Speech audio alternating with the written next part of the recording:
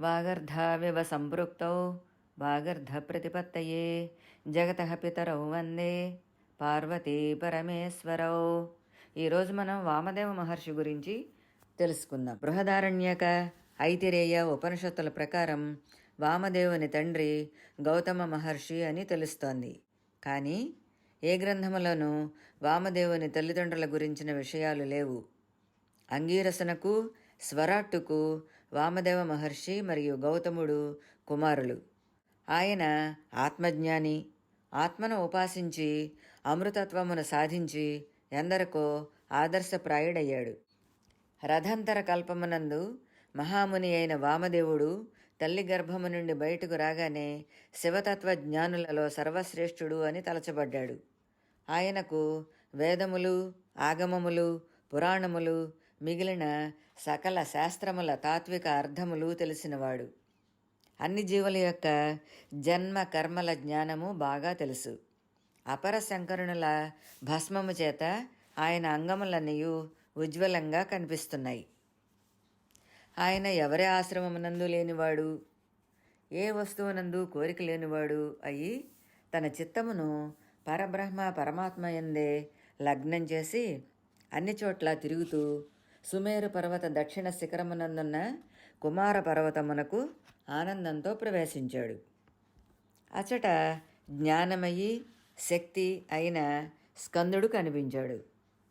ప్రణవరూపమైన కార్తికేయునకు నమస్కరించి స్తోత్రము చేసి, ప్రణవము అన్నిటికంటే ఉత్తమమైన మంత్రము, అది సాక్షాత్తు పరమేశ్వర వాచికము. ఓం ఇతీదం సర్వం, ఓంకారమే ప్రత్యక్షంగా కనిపించే ఈ సమస్త జగత్తు. ఓమితి బ్రహ్మ, ఓం అనునది బ్రహ్మ. ఇది తైత్తిరీయ ఉపనిషద్ వాక్యములు. మాండూక్య ఉపనిషత్తులోని సర్వం ఏతత్ బ్రహ్మ, ఈ సమస్తమును బ్రహ్మయే. ఇటువంటి వచనములన్నీ శృతుల యందు చెప్పబడ్డాయి.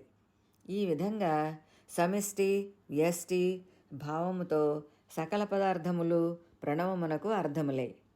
నీ వంటి గురువు నాకు దొరుకుట దుర్లభం.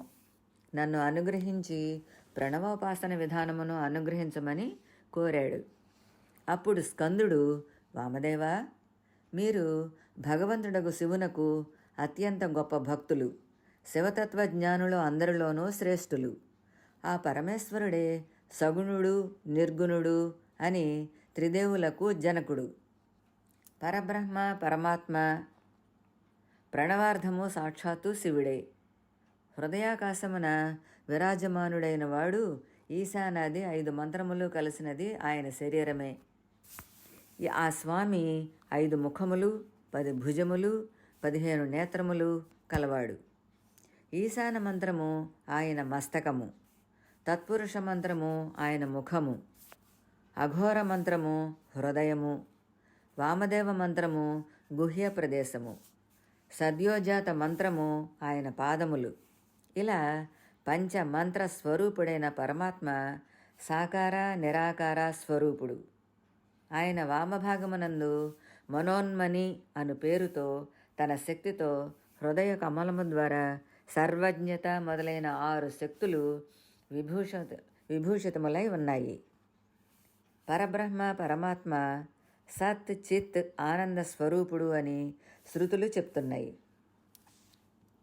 సత్ అనునది ప్రకాశవాచకము, చిత్ అనునది పరమాత్మ యందలి చిద్రూపము.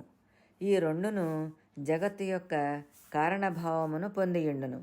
వామదేవ, హంసహ అను పదమును త్రిప్పి వ్రాసినచో సోహం శబ్దము అగును.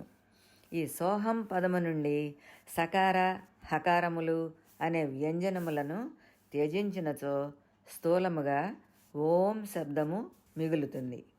అది ఏ పరమాత్మవాచకము. సోహం అను పదముతో నేను శక్త్యాత్మక శివస్వరూపుడను అని శివునితో తన ఏకత్వమును సిద్ధపరచుకోవాలి. ప్రజ్ఞానం బ్రహ్మ, చైతన్యమే బ్రహ్మ అనగా ఆత్మయే బ్రహ్మము.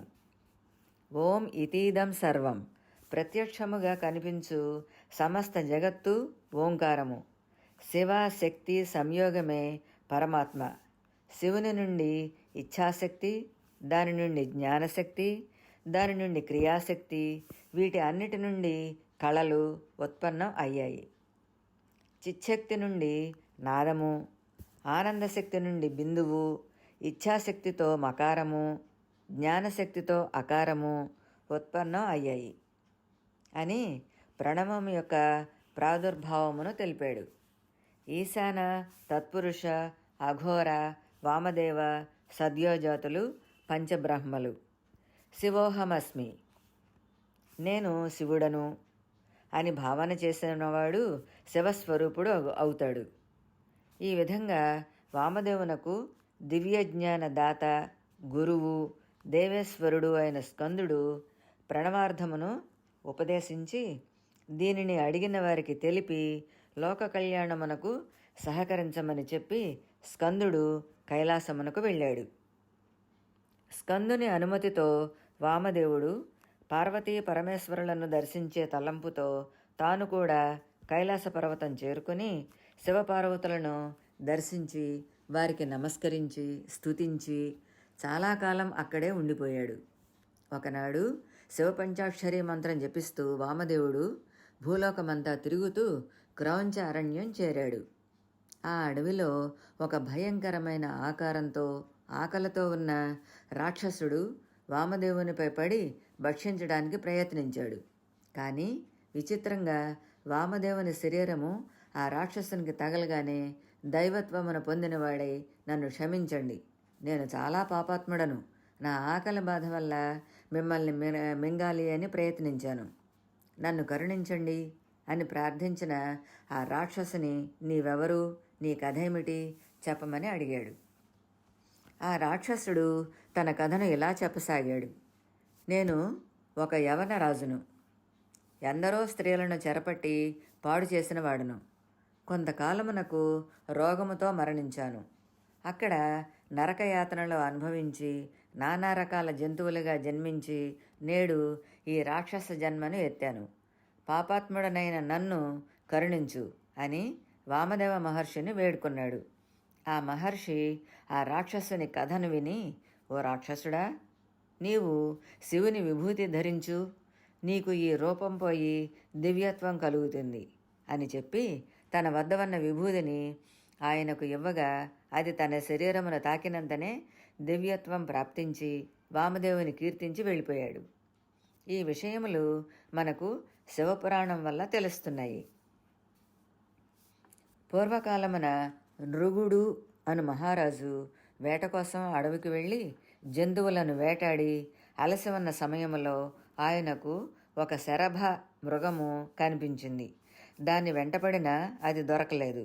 అలసిపోయిన ఆ రాజు తన గుర్రమును ఒక చెట్టుకు కట్టి ఆ చెట్టు నీడలో విశ్రాంతి తీసుకుంటున్న సమయంలో ఒక కిరాతరాజు అక్కడికి వచ్చి ఈ నృగమహారాజు ఒంటిపై ఉన్న నగలను దోచుకోమని తన సైనికులను ఆజ్ఞాపించాడు. ఆ సైనికులు నృగమహారాజును సమీపించగా ఆశ్చర్యంగా నృగమహారాజు శరీరం నుండి ఒక స్త్రీ బయటకు వచ్చి కిరాతరాజుని ఆ సైన్యాన్ని పారిపోయేట్లుగా చేసి మరల ఆ నృగమహారాజు శరీరంలో ప్రవేశించింది. ఆ మహారాజు ఆలస్యం చేయక వామదేవ మహర్షి ఆశ్రమమునకు వెళ్ళి జరిగిన అంతయు ఆయనకు చెప్పి ఇలా ఎందుకు జరిగింది అని అడిగాడు. అది విన్న వామదేవుడు రాజుతో, రాజా, నీవు పూర్వజన్మమున ఒక శూద్రుడవు, అయినా బ్రాహ్మణులను ఆరాధించి వారి ప్రేరణతో బుద్ధవ్రతం ఆచరించి రాజయ్యావు. నీవు ఆచరించిన ఆ పుణ్యవ్రత ఫలితమే స్త్రీ రూపం దాల్చి నిన్ను రక్షించింది అని చెప్పి రాజును ఆశీర్వదించి పంపించాడు. ఒకనాడు అయోధ్య రాజైన శలుడు అను రాజు వేటకు వెళ్ళి అనేక మృగములను వేటాడిన ఒక మృగము తప్పించుకొని పారిపోయింది. తన గుర్రములు అలసిపోయి ముందుకు కదలలేదు. వాళ్ళు వామదేవ మహర్షి వద్ద శీఘ్ర గమనము గల గుర్రాలను అడిగి పని అయిపోగానే తెచ్చిస్తాము అని చెప్పి తిరిగి ఇవ్వకుండా తన రాజ్యానికి వెళ్ళిపోయాడు. వామదేవుడు అడిగిన శలుడు గుర్రాలు ఇవ్వలేదు. అందువలన వామదేవుడు తన తపఃప్రభావముతో రాక్షసులను పుట్టించి శలుని చంపించాడు. శలుని మరణానంతరం అతని తమ్ముడు దలుడు అని వాని వద్దకు తన శిష్యుడైన ఆత్రేయుని పంపి తన గుర్రములను తీసుకురమ్మన్నాడు. దలుడు కోపించి, ఈ గుర్రములు రాజుల వద్ద ఉండదగినవి, ఇవ్వను పొమ్మన్నాడు. చేసేది లేక ఆత్రేయుడు తన గురువైన వామదేవునికి విషయం చెప్పగా విని తానే స్వయంగా దలుని వద్దకు వెళ్ళాడు. ఆ దలుడు ఒక విషపూరితమైన బాణమును ప్రయోగించగా అది వామదేవుని ఆదేశానుసారం వెనుకకు పోయి రాజభవనములోని దలుని కుమారుని సంహరించింది. దలుడు మరొక బాణం ప్రయోగిస్తూ ఉండగా ఆ ఎత్తిన హస్తం స్తంభించేటట్లుగా చేశాడు వామదేవుడు. దానితో కరుణించమని దలుడు ప్రాధేయపడ్డగా, నీవు నీ భార్యను తాకిరా అనగా దలుడు ఆ విధంగా చేయగా అప్పుడు దలుని చేతులు కదలసాగాయి. దలుని భార్య వామదేవుని కాళ్లపై పడి పతిభిక్ష పెట్టమని వేడుకొంది. దలుడు కూడా వామదేవుని గుర్రములను తిరిగి ఇచ్చి క్షమించమని వేడుకొన్నాడు. శాంత స్వభావుడైన వామదేవ మహర్షి దలుని కుమారుని కూడా బ్రతికించి తన గుర్రాలను తీసుకొని తన ఆశ్రమానికి వెళ్ళిపోయాడు. ఈ విషయాలన్నీ మనకు భారతం ద్వారాగా తెలుస్తున్నాయి. త్రేతాయుగంలో సీతారామ లక్ష్మణులు అడవికి వెడుతూ ఉండగా అయోధ్యావాసులంతా ఏడుస్తూ రాముని వెనకాల బయలుదేరారు. ఎంత చెప్పినా వారు వినలేదు. అప్పుడు వామదేవుడు అయోధ్యావాసులను ఉద్దేశించి, రాముడు విష్ణుమూర్తి అవతారం, సీతమ్మ లక్ష్మీదేవి అవతారం, వారు వారి అవతార కార్యాలను చేయవలసి ఉంటుంది, అందుకని వారిని అడ్డగించవలదు అని చెప్పి వారికి మర్యాద గురించి ఇలా చెప్పాడు. మన దర్శనం ఎలా ఉండాలి అంటే, మన దగ్గరకు ఎవరు వచ్చినా వారు ఎలాంటి వారైనా మనలను చూడగానే వారికి ప్రశాంతమైన ప్రసన్నమైన భావం కలగాలి. మన ప్రవర్తన ప్రతి ఒక్కరితోనూ ప్రేమగా ఆదరణతో ఉంటే ప్రపంచం మొత్తం మాకు సహాయం చేస్తుంది అని మనం తప్పక గుర్తించాలి. నా బాధలన్నిటికీ కారణం నా స్వభావమే కానీ ఇతరుల స్వభావం కాదు అని తెలుసుకోవడానికి నేను చాలా కాలం తపస్సు చేయవలసి వచ్చింది. ప్రాణినాం నరజన్మ దుర్లభం, దుర్లభం మానుషో దేహ, నరత్వం దుర్లభం లోకే అనే ఆర్యోక్తులు మానవ జన్మను పొందడం ఎంత అదృష్టమో తెలుపుతున్నాయి. మంచి చెడులను తెలుసుకునే విచక్షణ జ్ఞానం, ఆపదల నుండి విముక్తిని పొందే ఆలోచనా శక్తి, సమస్యలను పరిష్కరించుకునే మేధాశక్తిని కలిగిన మానవుడు ఐహిక ఆనందముతో పాటు పారమార్థిక శ్రేయస్సును కూడా పొందాలి. ఆహార నిద్ర భయమైదునంచ సమానమేతత్ పశుభిర్నరాణం, ధర్మో హి తేషాం అధకో విశేష, ధర్మేణ హీన పశుభిః సమానః. ఆహారం, నిద్ర, భయము, సంతానం పొందటం అనేవి పశువులకు మనుషులకు సమానమే. తన ధర్మాన్ని తెలుసుకొని ఆచరించి జన్మను సార్థకం చేసుకోవడమే మనిషి యొక్క విశిష్టత. ధర్మాధర్మం ప్రభవతే, ధర్మాత్ ప్రభవతే సుఖం, ధర్మేణ సాధ్యతే సర్వం, ధర్మ సంసారమిదం జగత్. ధర్మం వల్ల అన్నీ సాధ్యమవుతాయి అని ఈ శ్లోకం తెలియజేస్తోంది. అర్ధసిద్ధి కంటే ధర్మసిద్ధి మేలు అని చెప్పాడు. ఈ విషయాలన్నీ రామాయణం ద్వారా మనకు తెలుస్తున్నాయి. రామాయణంలో దశరథుని ప్రధాన పురోహితులలో వామదేవ మహర్షి ఒకరు. ఎందరో రాజవంశస్థులకు ఆత్మజ్ఞానం బోధించాడు. అనంతరం భరద్వాజ మహర్షితో కలిసి తీర్థయాత్రలు చేస్తూ యమునా నదీ తీర ప్రాంతములో బలరామకృష్ణులను దర్శించి వారిని పూజించి నమస్కరించాడు. ఈ విధంగా వామదేవ మహర్షి అనేకులను అనేక విధాలుగా కరుణించి వారికి తరుణోపాయం ఉపదేశించాడు. ఓం వామదేవ మహర్షియే నమః. స్వస్తి.